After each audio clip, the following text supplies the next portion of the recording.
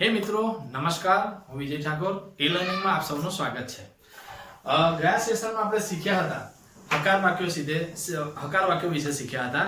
આ વખતે આ સેશનમાં આપણે નકાર વાક્યો વિશે શીખીશું। આપણે સૌ જાણીએ છીએ કે અત્યારે આપણે સિમ્પલ પાસ્ટ ટેન્સ એટલે કે સાદો ભૂતકાળ આપણે ભણી રહ્યા છીએ।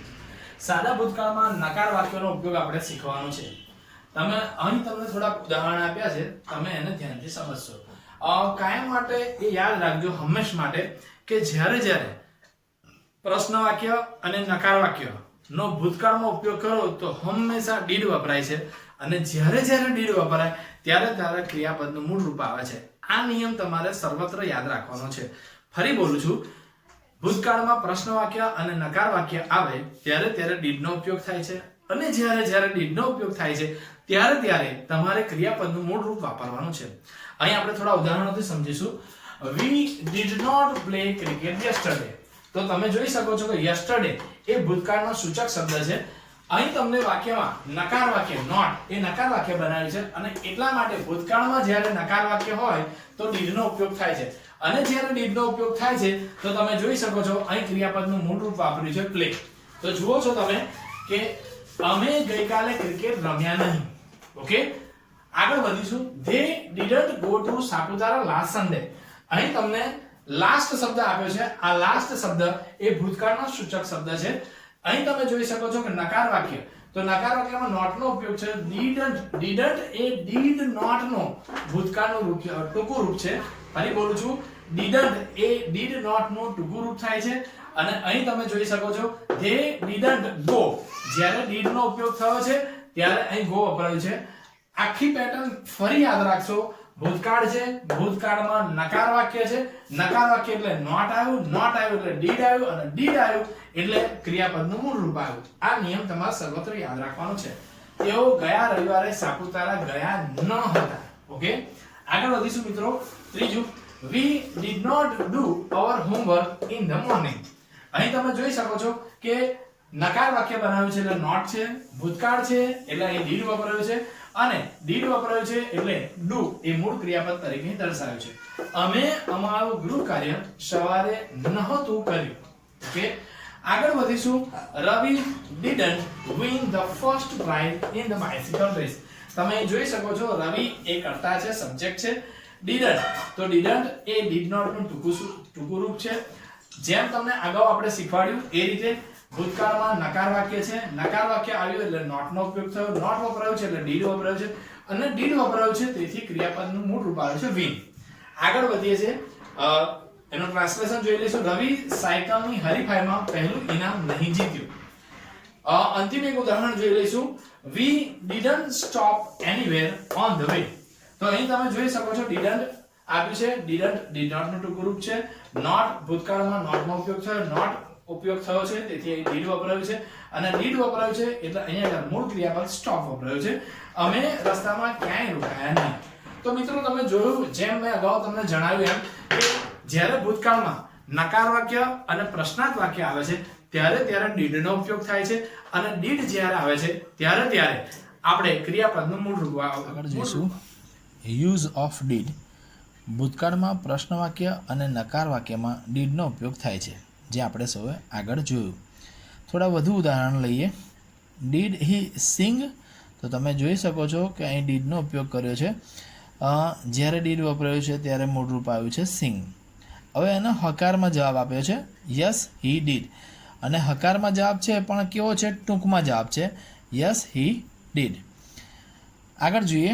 Did she write on the board, શું તેણી બોર્ડ પર લખી શકે છે? નો સી ડીડન્ટ, અહીં તમે જોઈ શકો છો નો સી ડીડન્ટ વાપર્યું છે કે જે બતાવે છે ના તેણી નથી લખી શકતી। તો ડીડન્ટ છે એ ડીડ નોટનું ટૂંકું રૂપ છે। આગળ જોઈએ। Did she read a book, શું તેણી એક બુક વાંચી શકે છે?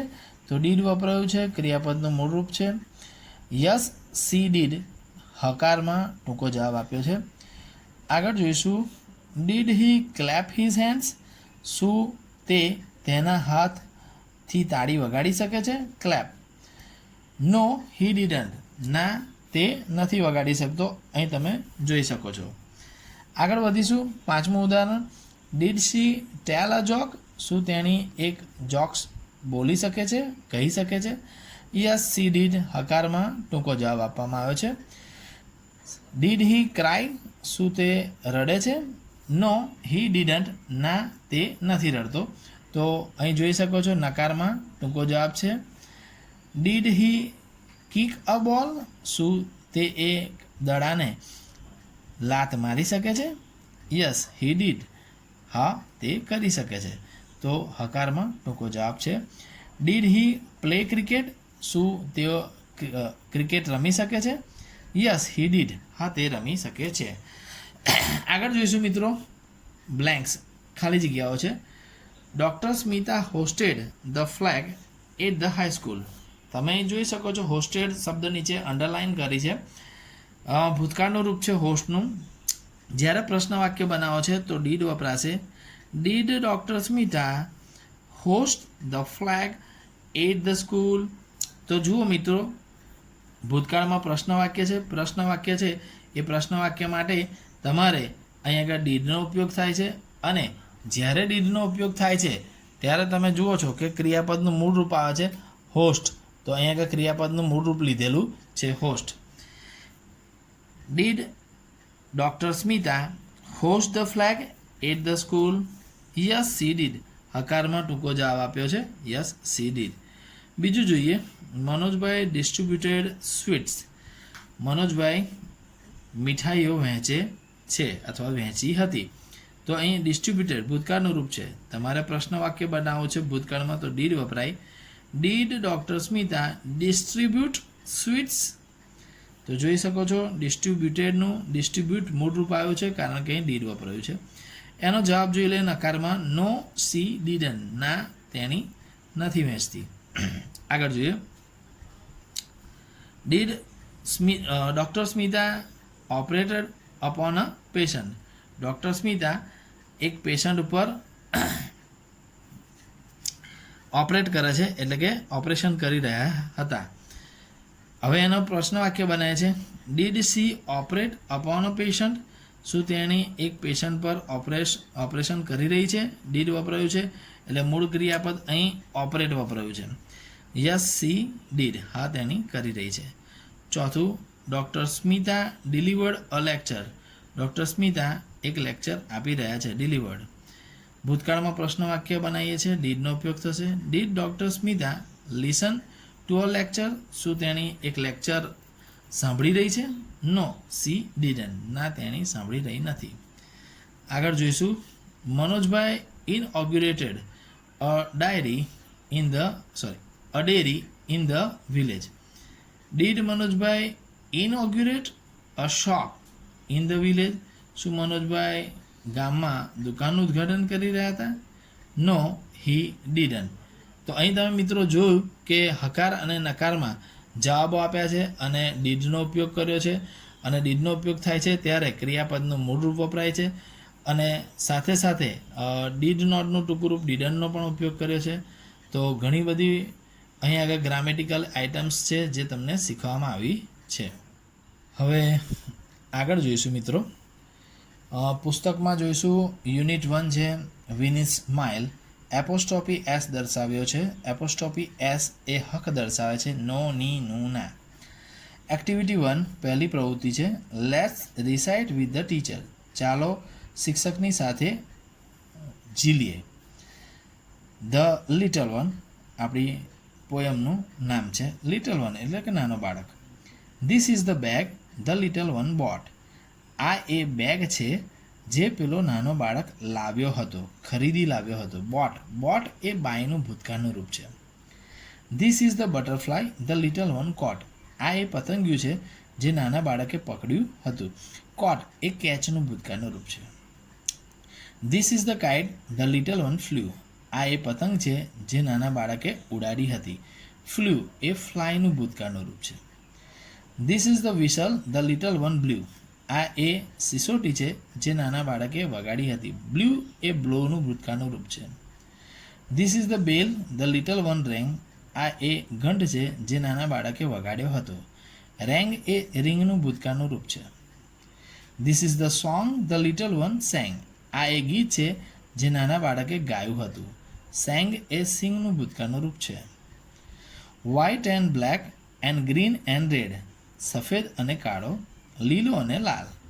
This are the words the little one read. આ એ શબ્દો છે જે નાના બાળકે વાંચ્યા હતા. રીડનું ભૂતકાળનું રૂપ રીડ જ થાય છે, મૂળ સ્વરૂપ આવે છે. This are the pictures the little one drew. આ એ ચિત્રો હતા જે નાના બાળકે દોર્યા હતા. ડ્રુ એ ડ્રોનું ભૂતકાળનું રૂપ છે. All this things in the little one new. આ બધી જ વસ્તુ જે નાનો બાળક જાણતો હતો. ન્યૂ એ નોનું ભૂતકાળનું રૂપ છે. તો મિત્રો, અહીં તમે જોઈ શકો છો કે સુંદર મજાની એક પોયમ આપી છે અને એમાં તમને વસ્તુઓના નામ શીખવવામાં આવ્યા છે. સાથે સાથે તેઓ તમને ભૂતકાળના રૂપો પણ સાથે શીખવવામાં આવ્યા છે. થોડા રંગોના પણ નામ આમાં આપણને શીખવવામાં આવ્યા છે. હવે આગળ જોઈશું એક્ટિવિટી 4. સોહનને તેના જીવનમાં બનતી ઘટનાઓના ચિત્રો દોરવાનો શોખ છે. તેણે દોરેલા ચિત્રો અને મોહને કહેલા વાક્યો તેની ડાયરીના પાનામાંથી વાંચો.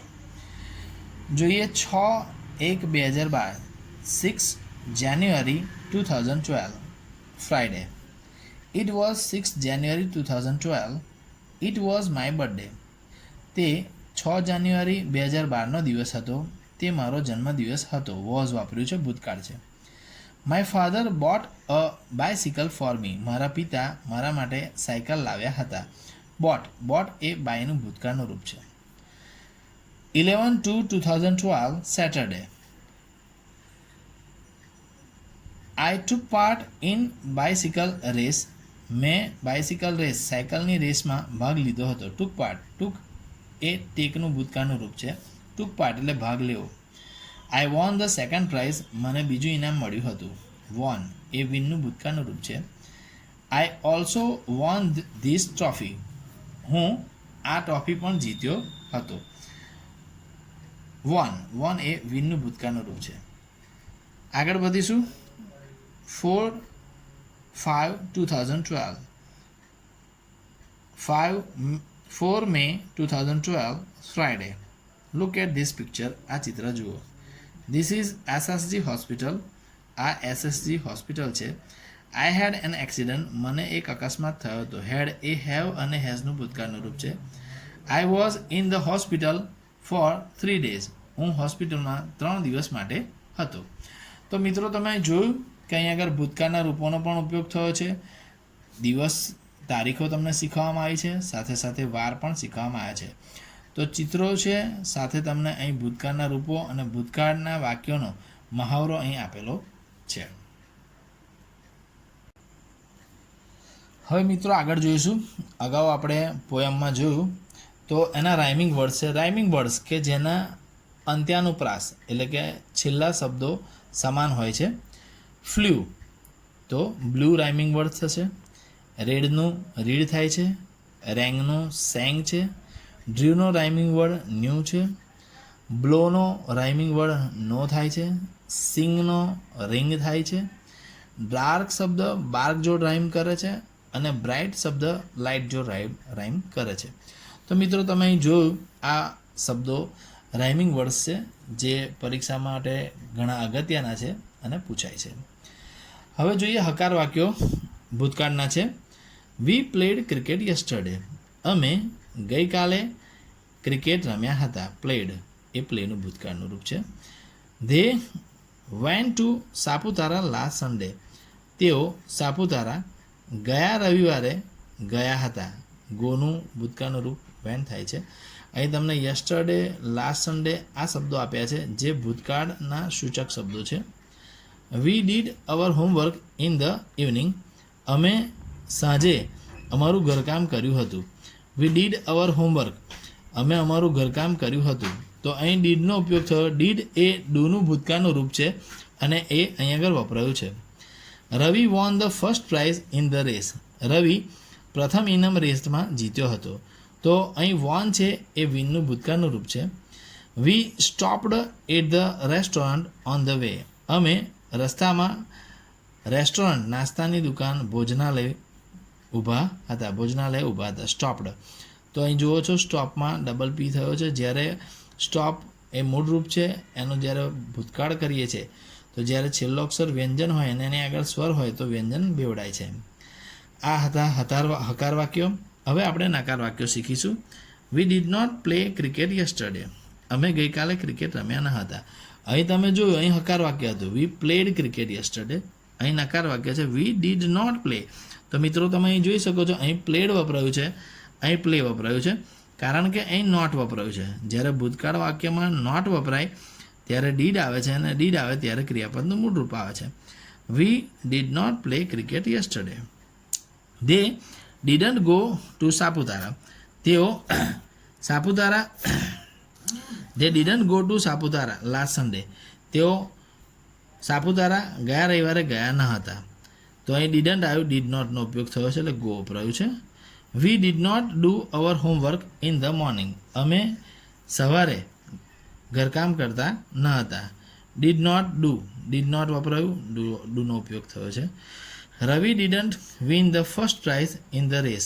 રવિ રેસમાં પ્રથમ ઇનામ જીત્યો ન હતો. તો ડીડન્ટ વપરાયું છે અને વિન મૂળરૂપ વપરાયું છે. We didn't stop anywhere on the way. અમે રસ્તામાં ક્યાંય રોકાયા ન હતા. ડીડન્ટ સ્ટોપ, ડીડ વપરાયું છે, નોટનો ઉપયોગ થયો છે અને અહીં આગળ સ્ટોપ વપરાયું. ડીડન્ટ એ ડીડ નોટનું ટૂંકું રૂપ છે. આગળ શીખીશું મિત્રો પ્રશ્ન વાક્યો. Did they play cricket yesterday. શું તેઓ ગઈકાલે ક્રિકેટ રમ્યા હતા? તો પ્રશ્ન વાક્ય બનાવ્યા છે એટલે ડીડ આગળ આવ્યું છે અને ક્રિયાપદનું મૂળરૂપ આવ્યું છે play. Did they go to Saputara last Sunday. શું તેઓ સાપુતારા ગયા રવિવારે ગયા હતા? તો ડીડ વપરાયું છે, અહીં આગળ ગો મૂળરૂપ છે, ધે અહીં આગળ કર્તા તરીકે વપરાયું છે. Did Ravi win the first prize. શું રવિ પ્રથમ ઇનામ જીત્યો હતો? ચોથું ઉદાહરણ. Did Bela do her homework. શું બેલા તેનું ઘરકામ કરતી હતી? Did Sapna have an accident. શું સપનાને એક અકસ્માત નડ્યો હતો? અહીં આગળ હકારમાં ટૂંકા જવાબ આપ્યા છે. Yes she had. હા તેણીને અકસ્માત થયો હતો. તો આ હકારમાં ટૂંકો જવાબ છે. અહીં હકારમાં આખો વાક્યમાં જવાબ આપ્યો છે, સંપૂર્ણ જવાબ છે yes Sapna head an accident. હા સપનાને એક અકસ્માત થયો હતો. અને એ જ પ્રશ્નોનો અહીં નકારમાં ટૂંકો જવાબ છે અને નકારમાં આખો જવાબ છે. નો સી હેડ નોટ. ના તેણીને થયો ન હતો. અહીં હેડ નોટનું ટૂંકું રૂપ હેડન્ટ વપરાયું છે, ઓનો લોપ થયો છે અહીં આગળ. અને અહીં આગળ નોનો એટલે કે નકાર વાક્યનો આખા વાક્યમાં જવાબ છે નો સપના હેડ નોટ એન એક્સિડન્ટ. તો મિત્રો તમે અહીં જોયું હકાર વાક્યો, નકાર વાક્યો, પ્રશ્નાર્થ વાક્યો, ડીડનો ઉપયોગ, રાઇમિંગ વર્ડ્સ. આજે આપણે આ ઘણું બધું શીખ્યા છીએ. આશા છે કે તમે લોકો આ સુંદર રીતે સમજ્યા હશો અને આને મહાવરો કરી અને મગજમાં ઉતારશો, જેથી તમારે જ્યારે પરીક્ષા હોય ત્યારે એ તમે એનો ઉપયોગ કરી શકો, સારા માર્ક્સ મેળવી શકો. આશા છે કે તમને સૌને આજના સેશનમાં મજા આવી હશે અને તમે સૌ શીખ્યા છો. ફરી એકવાર અગાઉના સેશનમાં મળીશું. જય હિન્દ, જય ભારત.